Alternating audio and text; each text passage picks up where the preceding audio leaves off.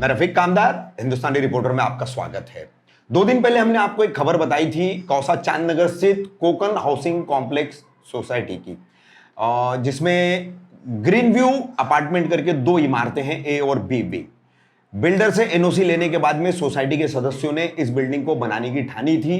कुछ लोगों को एनओसी मिली, उन्होंने काम का जिम्मा लिया और काम का जिम्मा सिर्फ एक व्यक्ति को दिया गया, ऐसा सोसाइटी के सदस्यों का कहना है। और उसके बाद पर फ्लैट यानी प्रति मकान 32,000 रुपए के हिसाब से पैसे निकाले गए और तकरीबन 29-29.5 लाख रुपए का कलेक्शन करके बिल्डिंग का काम करने की सोची गई थी।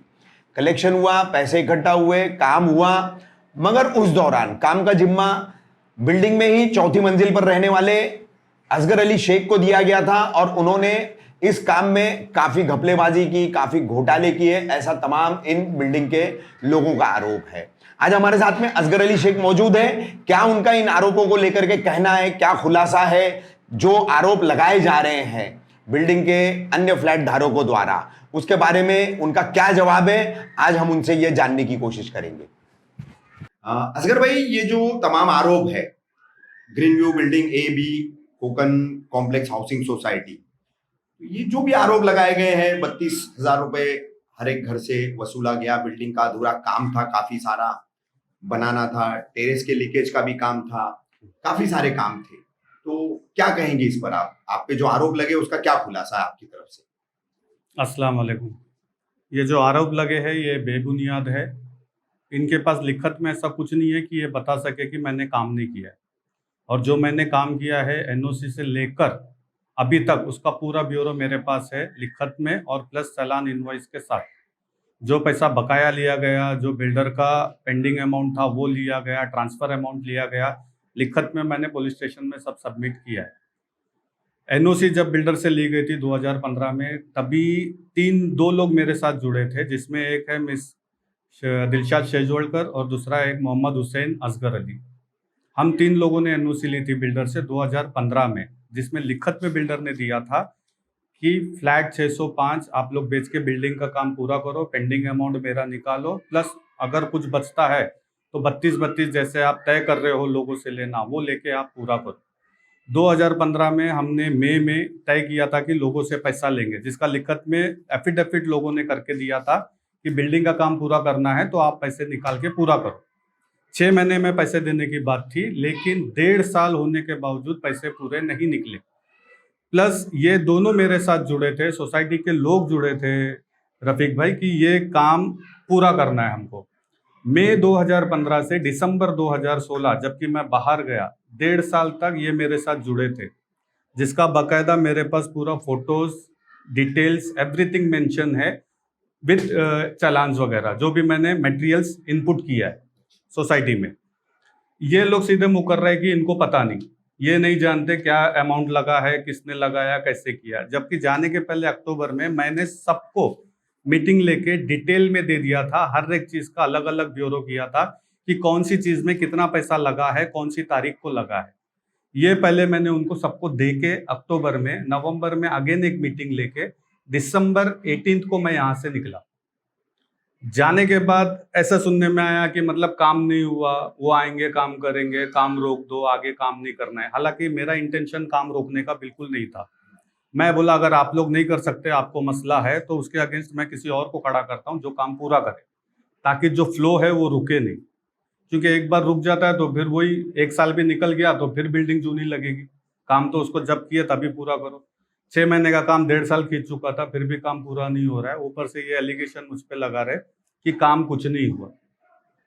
काम कुछ नहीं हुआ तो इतने सारे रिसिप्ट्स, इतने चालान, इतने पेपर डॉक्यूमेंट्स कहाँ से है? ये पूरे चालान से, पूरे चालान इनके हैं। ये पूरे चालान है विथ रिसिप्ट और इनवॉइस, जो हमने मटेरियल यहाँ पे खरीदी की थी, तारीख के साथ है। कहाँ पे लगा वो भी इसमें मेंशन किया हुआ है।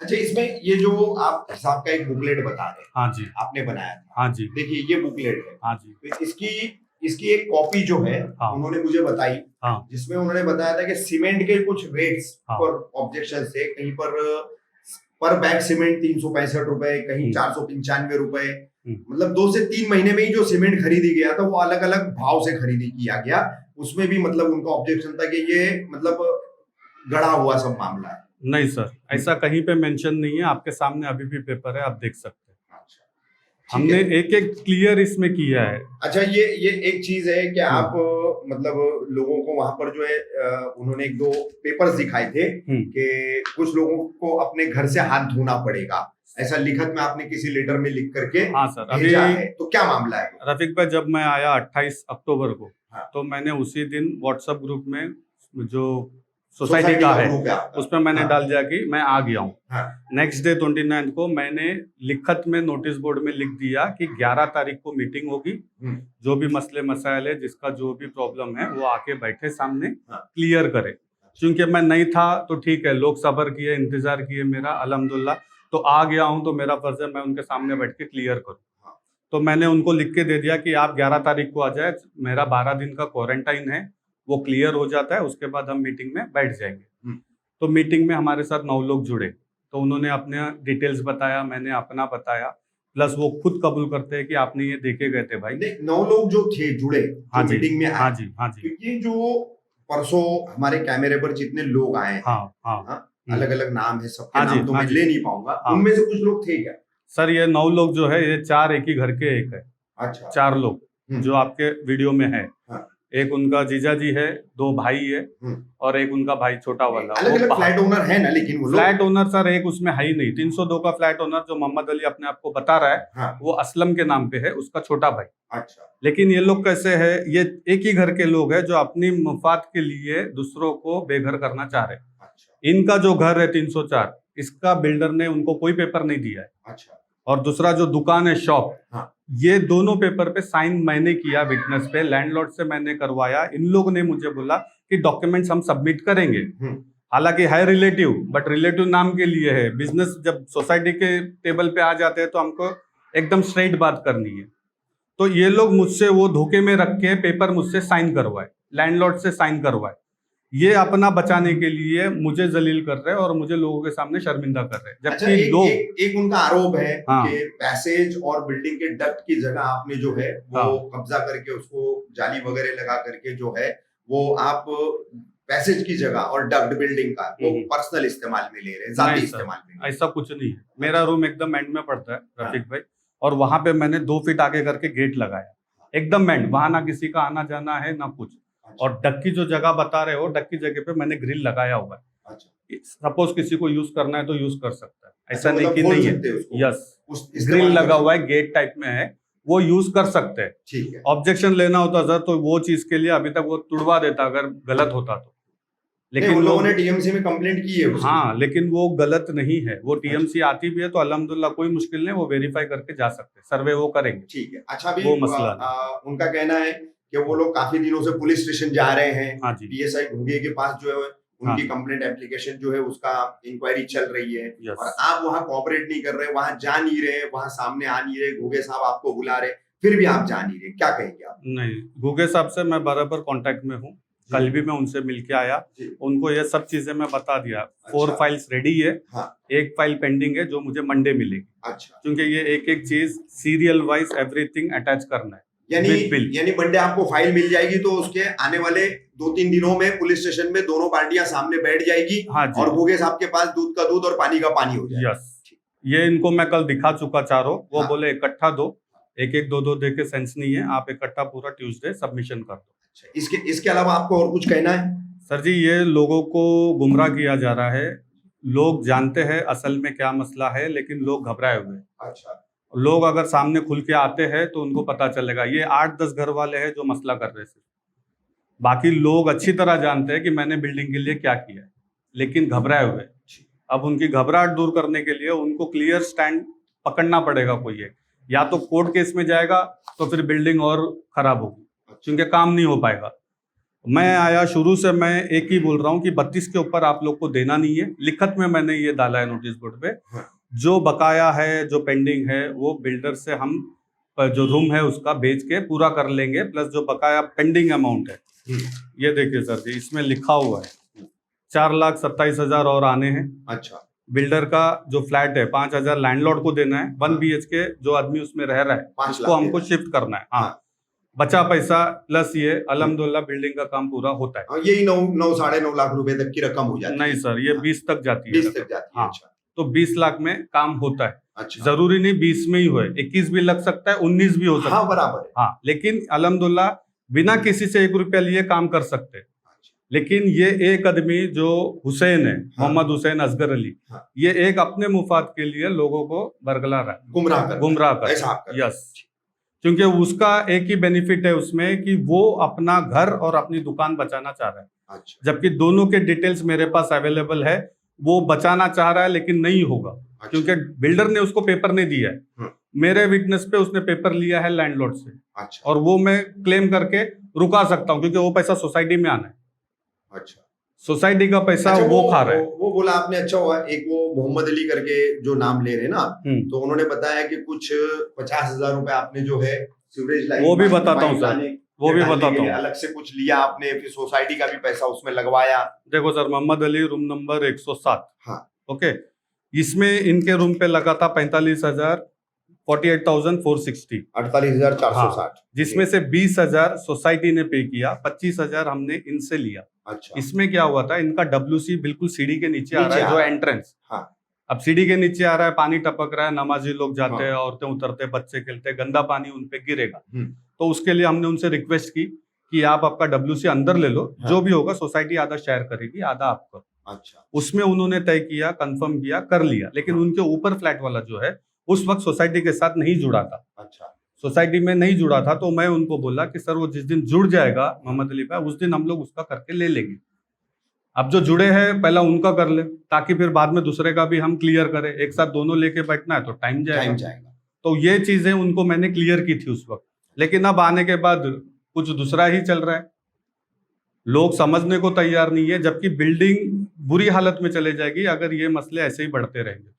जबकि मैंने अभी भी मैं बोल रहा हूँ 32 के ऊपर किसी को नहीं देना है। ऐसा नहीं हो सकता है एक ही बिल्डिंग के रहने वाले तमाम लोग यहाँ, हाँ जी, तो बैठकर अच्छे से जो है खुलासे से बातचीत होकर के ये पूरा मसला खत्म हो जाए, आपसी तनाव, मतभेद, आपसी रफीक भाई, मैं खत्म हो जाए। रफीक भाई, इसके लिए क्या किया जा सकता है? यही कोशिश में मैंने 3 बार मीटिंग के लिए सबको बुलाया। हाँ।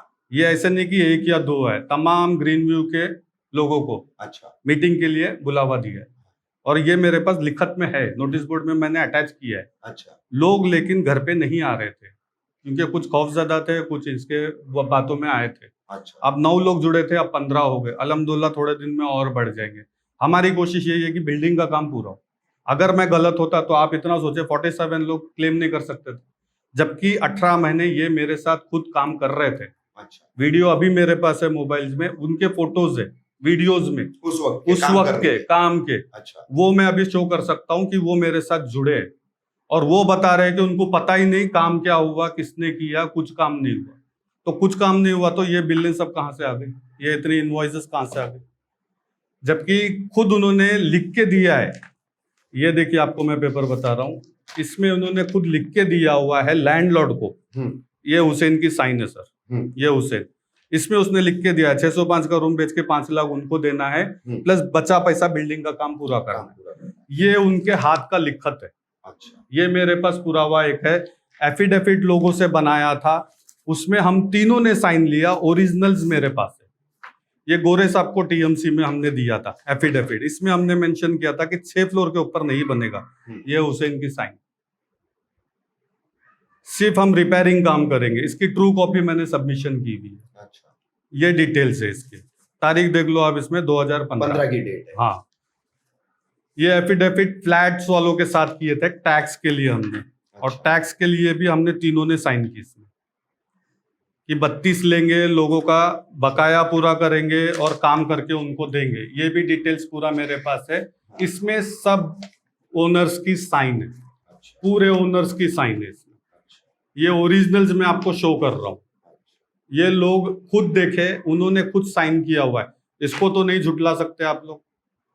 एक आदमी के बोलने पे और प्लस पेपर वर्क अगर है तो डॉक्यूमेंट शो करे, डॉक्यूमेंट शो करे कि गलत हुआ है। मैं डॉक्यूमेंट सामने लेके बैठा हूं, मैं शो कर रहा हूं, ऐसे डॉक्यूमेंट्स बताया हमको। ये एफिडेविट लैंडलॉर्ड के साथ हुआ था, ये भी एफिडेविट में उन्होंने साइन करके दिया है सबको। पूरे है इसमें, इसमें हुसैन की भी साइन है। ये सिर्फ लोगों को भड़का रहा है, लोगों को गुमराह कर रहा है अपने जाति मुफाद के लिए। बाकी किसी से मुझे कोई गिला शिकवा नहीं। हाँ, कान के कच्चे है, उसके बहकावे में आ रहे, लेकिन अच्छा बुरा अपना खुद सोचे। जरूरी नहीं है एक तरफा ही सुनना है, दोनों तरफ सुनो तो आपका उसमें काम होगा बिल्डिंग का, नहीं तो फंसे रहेंगे ऐसे ही, काम कुछ नहीं होने वाला। ये एफिडेविट हमने टैक्स के लिए दी थी सर। सब डिटेल्स मेरे पास आपको मिलेंगे, ऐसा नहीं कि मैं खाली हवा में बात करूंगा। ये 605 रूम जो रूम बेचना है, 1200 एरिया है, इसकी ओरिजिनल एग्रीमेंट्स मेरे पास पड़ी हुई है। और जो बकाया है, जो पेंडिंग है, ये मैंने गुगे साहब को सबमिशन किया था। ये टोटल इतने टेनेंट्स का इतना पैसा आना बाकी है। ये हुसैन ने खुद अपना 32,000 नहीं दिया, और पूछने पे मेरे को बोलता है 20,000 दिया, आप पावती दो। बिना पावती के वो 4 साल निकालता। क्या आप बताए रफीक भाई? जो नहीं दिया नहीं दिया, जो दिए वो दिए। मेरे पास सीरियल वाइज है, ऐसा नहीं कि वर्बली, सीरियल वाइज है सबके कि पेमेंट किसका कब आया है, कैसा आया है। ये देखिए, ये पेमेंट आया है मोहम्मद कयूम, तारीख, ये सीरियल 107, ये इसकी ओरिजिनल उनके पास है।